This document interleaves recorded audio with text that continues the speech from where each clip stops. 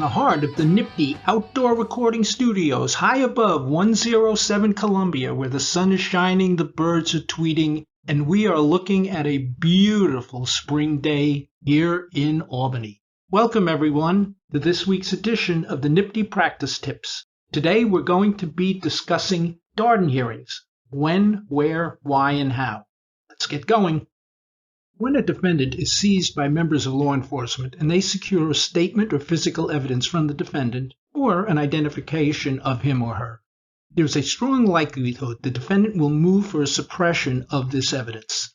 Such motions will usually result in the motion court ordering a suppression hearing to resolve the issues. If the basis for the seizure of the defendant was supplied to law enforcement by an informant, the issue of the safety of that informant may at times be of such a serious nature that the people will request the court to permit the informant's identity to be kept a secret.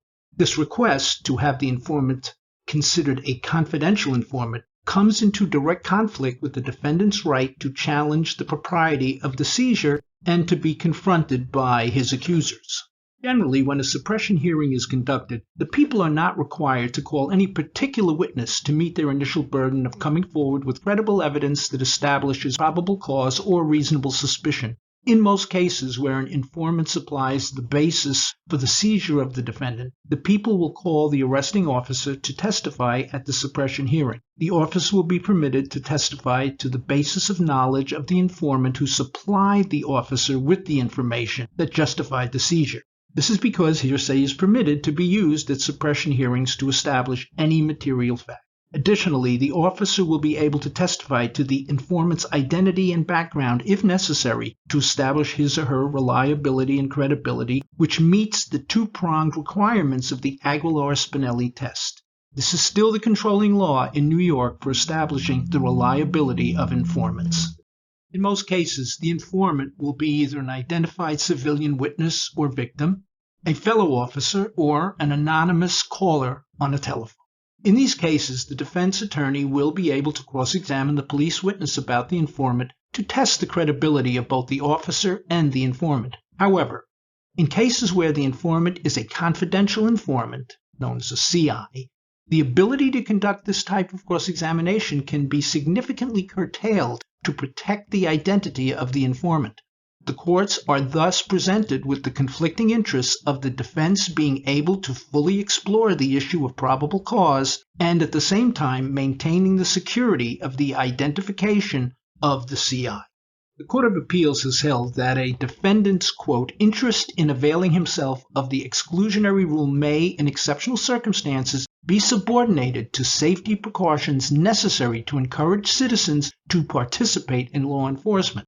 This comes from the case of People v. Castillo, the Court of Appeals decision where certiorari was denied by the U.S. Supreme Court in 1993.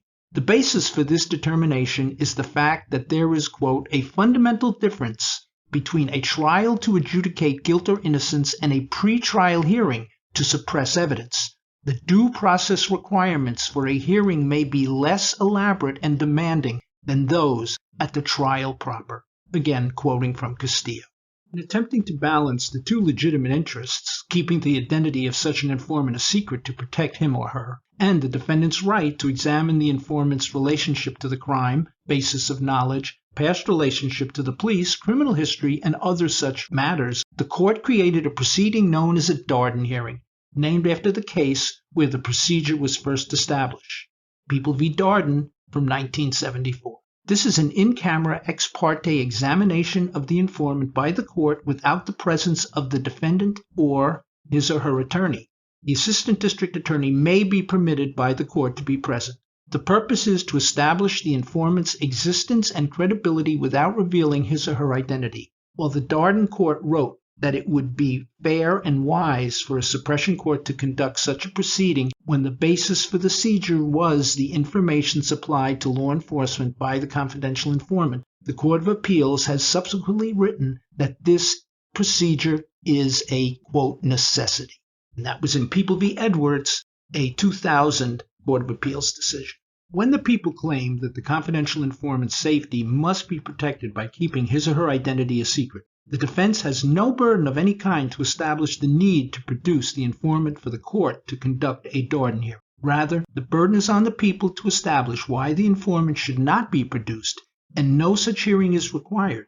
The people will be successful only in a limited number of circumstances. When the people establish that the confidential informant's safety must be protected by keeping his or her identity a secret, the defense has no burden of any kind to establish the need to produce the informant for the court to conduct the Darden hearing.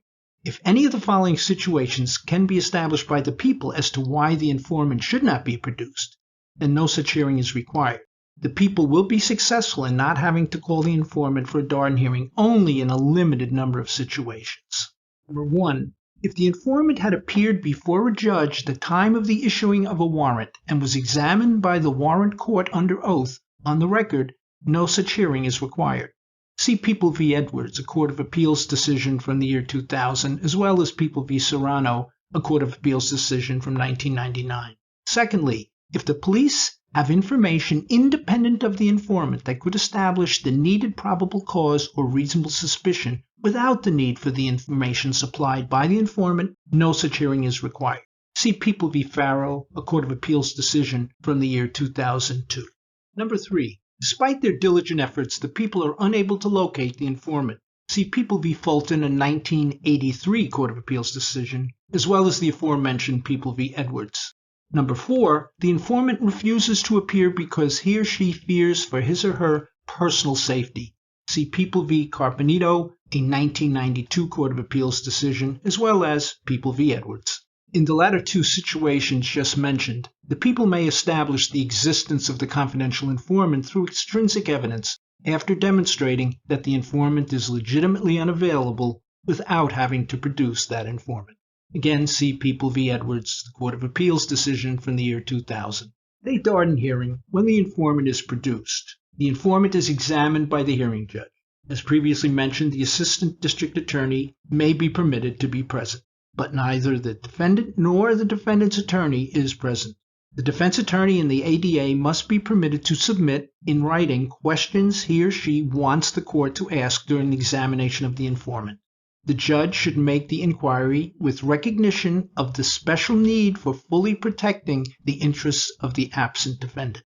The judge must make a summary report as to the existence of the informant and with respect to the communications made by the informant to the police about which the police testify. That report should be made available to the defendant and the people, and a transcript of the testimony should be sealed to be available to the appellate courts if the occasion arises.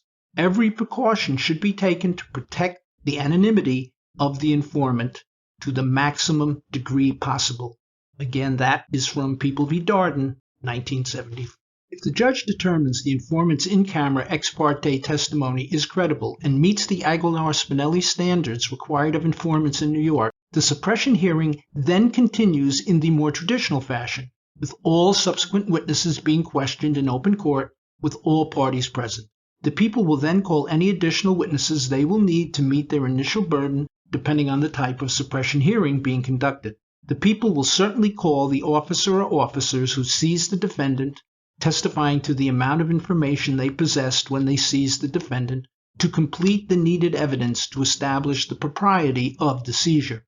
The defense will, if it chooses, call witnesses as well. All the burdens of proof for the various issues will be the same as if they had no confidential informant involved in the case. Please be sure to see the new memo on Darden hearings found in the PE. Our thanks as always to our crack producer and man who could inform an informant of a few things, Jonathan Marconi Crispino. To all of you out there, be well, enjoy this beautiful weather, and stay ready, my friends.